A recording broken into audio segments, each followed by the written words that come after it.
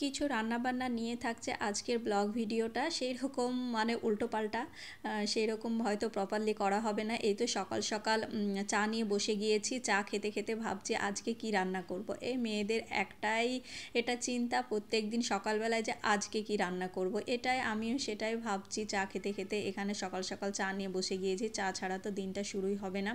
এরপর চাটা খেয়ে এদিকে যেগুলো রান্না করব সেগুলো আমি সব গুটিয়ে নিয়েছি। এখানে আমি পেঁয়াজও কেটে নিয়েছি, আদা রসুন বেটে নিয়েছি, আর ওল রান্না করব। আর ওইদিকে মাছও বের করে নিয়েছি অলরেডি। কিন্তু পুঁই শাক আর কুমড়োর একটা মিষ্টি কুমড়োর চচ্চড়ি করব, সেটা বসিয়ে দিয়েছি সমস্ত মশলা দিয়ে। এটাকে আমি ভাপ দিয়ে নিয়ে তেলে বসিয়ে দিই, খুব ভালো লাগে খেতে। আর এইদিকে ইলিশ মাছের মাথা আর লেজগুলো কিন্তু আমি রেখে দিই, এটা যেহেতু কেউ খায় না ওইটা দিয়ে আজকে ভাবছি ওলটা রান্না করব।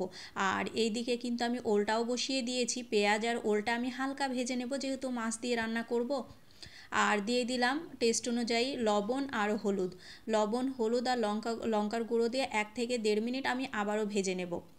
ওলটা একটু ভেজে নিলে না খেতে খুব ভালো লাগে, সেই কারণে পেঁয়াজ আর ওলটা একসঙ্গে দিয়েছিলাম, দিয়ে খুব ভালো মতো ভেজে নিয়ে এই তো লবণ আর হলুদ দিয়ে আবারও ভেজে নিয়ে এবার আমি এক এক করে মশলাগুলো দিয়ে দেবো। মানে ওই জিরের গুঁড়ো দিয়েছিলাম 1/2 টেবিল চামচ, ধনিয়া গুঁড়ো 1/2 টেবিল চামচ, আদা রসুন বাটা 1/2 টেবিল চামচ করে। বেশি মশলা দিইনি, আমরা যে রেগুলার মশলাগুলো ব্যবহার করি সেগুলোই দিয়েছিলাম। সামান্য একটু জল দিয়ে দিলাম মানে ওলটাকে খুব ভালো মতো কষানোর জন্য। ঢাকনা বন্ধ করে রেখে দেবো। এভাবে কিন্তু ওল রান্না খেতে ভালোই লাগে, এমনি মাছ ছাড়াও কষা কষা রান্না করলে কিন্তু খুব ভালো লাগে।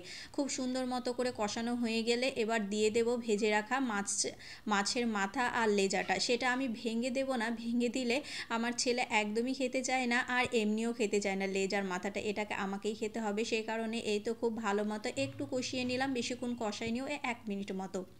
এরপর দিয়ে দিলাম ঝোলের জন্য জল। এবার সমস্ত কিছু ফুটে এলে ভাজা জিরের গুঁড়ো দিয়ে নামিয়ে নেব। এটা খেতে কিন্তু বেশ ভালো লাগে, এমনি যে কোনো মাছ দিয়ে রান্না করা যায়। আমার কাছে যেহেতু ইলিশ মাছের মাথা আর লেজটা ছিল আমি সেটা দিয়ে করে নিয়েছিলাম। অলরেডি কিন্তু এদিকে আমার রান্নাটা হয়ে গিয়েছে। এই তো ওল দিয়ে ইলিশ মাছের মাথা আর লেজটা কিন্তু আমার রান্না একদম কমপ্লিট। এটা নামিয়ে নিয়ে আজকে আমি ভাবছি ইলিশ মাছটা একটু ভুনা ভুনা করব, মানে পেঁয়াজ আর কাঁচা লঙ্কা দিয়ে একটু ভুনা ভুনা করব। সেই কারণে লবণ আর হলুদ দিয়ে হালকা একটু ভেজে নেব। এভাবে ভুনা ভুনা করলেও কিন্তু খেতে ভালো লাগে। অল্প একটু ভেজে নিয়ে তুলে নিলাম, ওই তেলে দিয়ে দিলাম কিছুটা পরিমাণে পেঁয়াজ, মানে একটা মতো পেঁয়াজ দিয়েছি, আর অনেকটা মতো কাঁচা লঙ্কা। যেহেতু লঙ্কার গুঁড়োটা দেবো না সেই কারণে আমি কাঁচা লঙ্কাটাই দিলাম। কাঁচা লঙ্কা আর পেঁয়াজটাকে অল্প একটু ভেজে নেব, মানে একটু লাল লাল কালার আসবে ততক্ষণ ভেজে নেব। ভাজা হয়ে গেলে দিয়ে দিয়েছিলাম হলুদ গুঁড়ো, বেশি কিছু মশলা দেব না যেহেতু এটা একটু ভুনা ভুনা করব। আর দিয়েছিলাম টেস্ট অনুযায়ী লবণ, আর সামান্য একটু জিরের গুঁড়ো, মানে ওই 1/2 টেবিল চামচ মতো জিরের গুঁড়ো দিয়েছিলাম। অল্প একটু ভেজে নেব মশলাটা। আমি এখানে সামান্য একটু জল দিয়ে দেব যেন গুঁড়ো মশলাটা না পুড়ে যায়। অল্প পরিমাণে জল দিয়ে কিন্তু আমি মশলাটাকে অল্প একটু ভেজে নিয়েছিলাম। এবার দিয়ে দিলাম ভেজে রাখা মাছটা। ভেজে রাখা মাছের সঙ্গে খুব ভালো মতো মিশিয়ে নিশিয়ে ওই 1/2 কাপ মতো দিয়ে দিয়েছিলাম জল। বেশি দেওয়ার প্রয়োজন নেই যেহেতু আমি এটা ভুনা ভুনা করব।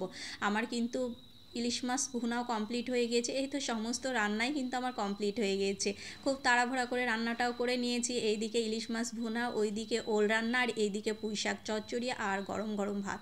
সব কিছুই কিন্তু আমার একদম কমপ্লিট হয়ে গিয়েছে। চলুন আমি কিন্তু আজকে একটা প্লেটার সাজিয়ে নিয়েছি, সেটাও আপনাদের সঙ্গে শেয়ার করব। এই তো খুব সুন্দর মতো করে সাজিয়ে নিয়েছি।